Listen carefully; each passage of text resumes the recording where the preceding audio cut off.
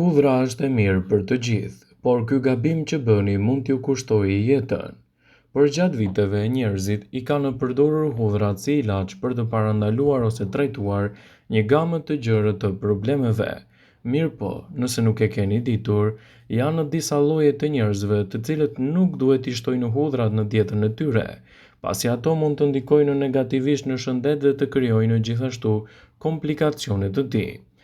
Në këtë video, sipas Healthline, do të rendisim rastet kur hudhra nuk duhet të përdoren në dietën tuaj pasi mund të shkaktojë edhe komplikacione të shëndetit. Para se të fillojmë, bëni një like videos dhe ju lutem klikoni subscribe, do të na ndihmonit shumë. Persona të cilët të vuajnë nga problemet e shëndetit të dobët të mëlçisë nuk duhet të konsumojnë hudhra. Disa elementë të hudhrës mund të jenë të mirë për të gjithë, por nuk duhet ta teproni me to, sidomos nëse keni probleme me shëndetin e mëlçisë.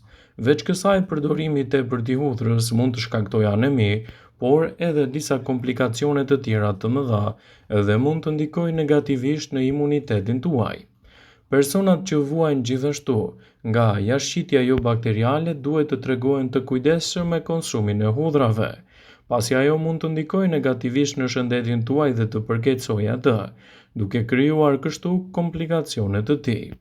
Konsumi i hudhrave te njerëzit që kanë probleme me jashtëqitjen mund të përkeqësojë më shumë gjendjen e tyre dhe të shkaktojë gjithashtu edhe dëmtime të shëndetit të zorrës së trashë. Dhe konsumi i tepërt i hudhrave në këto raste është i dëmshëm për organizmin. Persona të cilët kanë probleme me shëndetin e syve nuk duhet të konsumojnë hudhra. Personat të cilët kanë probleme me shikimin duhet të mos hanë hudhër. Doktorët e mjekësisë tradicionale kineze besojnë se konsumi i rregullt i hudhrave për një kohë të gjatë mund të dëmtojë shëndetin e syve dhe mëlçinë. Veç kësaj të shkaktojë gjithashtu edhe humbjen e kujtesës dhe përkeqësime të tjera të organizmit tuaj. Pacientët përpara një operacioni nuk duhet të konsumojnë hudhër. Shumë doktorë sugjerojnë që të ndaloni së konsumuari hudhër të paktën 2 javë përpara një operacioni të planifikuar, pasi që konsumi i tepërt i hudhrës përpara operacionit mund të nxjisë gjithashtu edhe gjakderdhjen. Dhe bëni kujdes të mos e shtoni hudhrën në dietën tuaj të paktën 2 javë përpara një operacioni. Personat që kanë tension të ulët të gjakut nuk duhet të konsumojnë hudhra.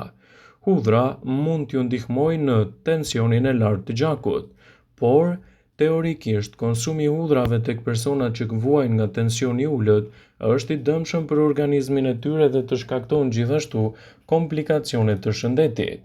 Nëse bëni pjesë në këto kategori të personave, tregohuni të kujdesshëm me konsumin e saj. Edhe pse hudhra është e dobishme dhe mund të ofrojë shumë përfitime të ndryshme për njeriun, ka disa efekte anësore të cilat ndikojnë negativisht në mbrojtjen e shëndetit dhe krijojnë gjithashtu probleme të organizmit. Konsumi i tepërt i hudhrës mund të shkaktojë dëme të mëdha të shëndetit të mëlçisë suaj. Shumë hudhër mund të dëmtojë mëlçinë duke shkaktuar kështu rritje të toksicitetit të saj, edhe të krijon gjithashtu komplikacione nga më të ndryshmet. Hudhra në dietën tuaj mund të krijojë edhe erë të keqe të gojës. Në sasi të madhe, hudhra mund të çojë jo vetëm në erë të keqe të gojës, por edhe në erë të keqe të trupit.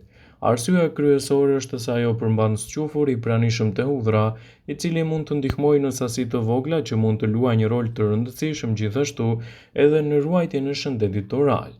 Përkundrazi, në sasi të tepërta hudhra është e dëmshme për organizmin dhe ka efekte vërtet të kundërta. Personat të cilët kanë nauze, të vjella, diare dhe urth duhet të tregohen shumë të kujdesshëm me konsumin e hudhrave në dietën e tyre, pasi ajo mund të krijojë komplikacione. Sipas ullëtimeve, konsumi i hudhrës së freskët dhe ekstraktit të saj ose vajit të hudhrës me stomakun bosh mund të shkaktojë nauze, të vjella, diare dhe madje edhe reflukse gastroezofageale. Ndaj tregohuni të kujdesshëm me konsumin e hudhrave në këto situata, pasi mund të përkeqësojë më shumë shëndetin tuaj. Personat që kanë përkeqësime të gjakderdhjes duhet të tregohen të vëmendshëm me konsumin e hudhrave. Hudhra është një ullues natyral i gjakut. Duke parandaluar formimin e mpiksjes, përrjedhoi ndihmon në ruajtjen e shëndetit të sistemit tonë kardiovaskular. Ky avantazh mund të kthehet në dizavantazh për njerëzit të cilët tashmë marrin medikamente antikoaguluese, pasi efekti i komponentëve të ilaçeve me udhërën mund të përkeçojë më shumë gjendjen tuaj dhe të krijojë gjithashtu komplikacione të saj. Është e rëndësishme që ajo në këto situata të mos përdoret asnjëherë në dietën tuaj. Konsumi i tepërt i udhërës në përditshmërinë e dietës mund të shkaktojë gjithashtu probleme me hipotensionin ose presionin e ulët të gjakut. Konsumi i rregullt i udhërës është gjetur të jetë shumë i dobishëm edhe të mbajë nën kontroll presionin e gjakut, duke reduktuar kështu riskun e hipertensionit ose presionit të lartë të gjakut, enëve të gjakut dhe siguron qarkullimin e duhur të tij. Ky avantazh i udhërës mund të kthehet në dizavantazh kur konsumohet me tepëricë, pasi mund të ulë kështu presionin tuaj të gjakut dhe të krijojë simptoma të tjera si lodhja, marramendja, të përzirat, shikimi i turbullt dhe probleme të ngjashme. Nëse bëni pjesë në këtë kategori të personave, tregohuni më të kujdesshëm me konsumin e hudhrave. Konsumi i tepërt i hudhrës mund të shkaktojë djersitje. Në sasi të madhe mund të shkaktojë djerse të tepërta, edhe pse nuk ka asgjë të keqe me djersën pasi është mekanizmi i trupit për të hequr qafe toksinat dhe ujërat e tepërt prej tij, duke rregulluar kështu shëndetin dhe duke mbajtur larg komplikacionet. Përdorime të tilla të hudhrës do të jenë alternativat më të mira që mund t'i jepni shëndetit edhe në lehtësimin e problemeve të ngjashme. Hudhra është një përzgjedhje mirë ushqyese dhe konsumi i saj në sasinë e rekomanduar mund të jetë një nga mburojat më të mira. Hudhra mund të mbajë larg gjithashtu edhe problemet e lëkurës dhe irritimeve të saj. Aplikimi lokal i hudhrës është të gjetur të jetë i dobishëm për lëkurën pasi ndihmon në mbajtjen e saj të butë dhe plot me shkëlqim, duke mbajtur larg komplikacione dhe duke siguruar kështu një mbrojtje më të mirë të shëndetit. Ajo është një përzgjedhje shumë e mirë lehtësuese për organizmin dhe rritjen e gjithashtu të vlerave të shëndetit tuaj. Konsumi i tepërt i hudhrës mund të shkaktojë dhimbje koke. Hudhra, veçanërisht kur hahet e papërpunuar, mund të shkaktojë dhimbje koke dhe migren. Edhe pse nuk shkakton drejt për së drejti dhimbje koke, ajo aktivizon procesin e përgjithshëm të saj. Edhe pse arsyeja e saktë është e paqartë, disa ekspertë besojnë se ajo mund të shkaktojë probleme me nervozizmin dhe probleme të tjera të shëndetit. Ndjesia e prekjes në fytyrë si dhe çdo dhimbje kthehet përmes një nervi të rëndësishëm dhe marrja e hudhrës mund ta stimulojë atë dhe të çlirojë neuropeptidet në membranat që mbulojnë trurin, duke shkaktuar kështu lodhje dhe dhimbje të kokës. Konsumi i tepërt i hudhrës në dietën tuaj ditore mund të lidhet gjithashtu edhe me infeksione të ndryshme. Në rast të ndonjë infeksioni është mirë që të shmangni konsumin e hudhrave, pasi mund të përkeçojë gjendjen tuaj dhe të krijojë gjithashtu komplikacione të shëndetit tuaj të përgjithshëm. Sigurohuni ta konsumoni atë gjithmonë në normat e lejuara dhe vetëm kështu përfitimet e saj do të jenë mbreslënse.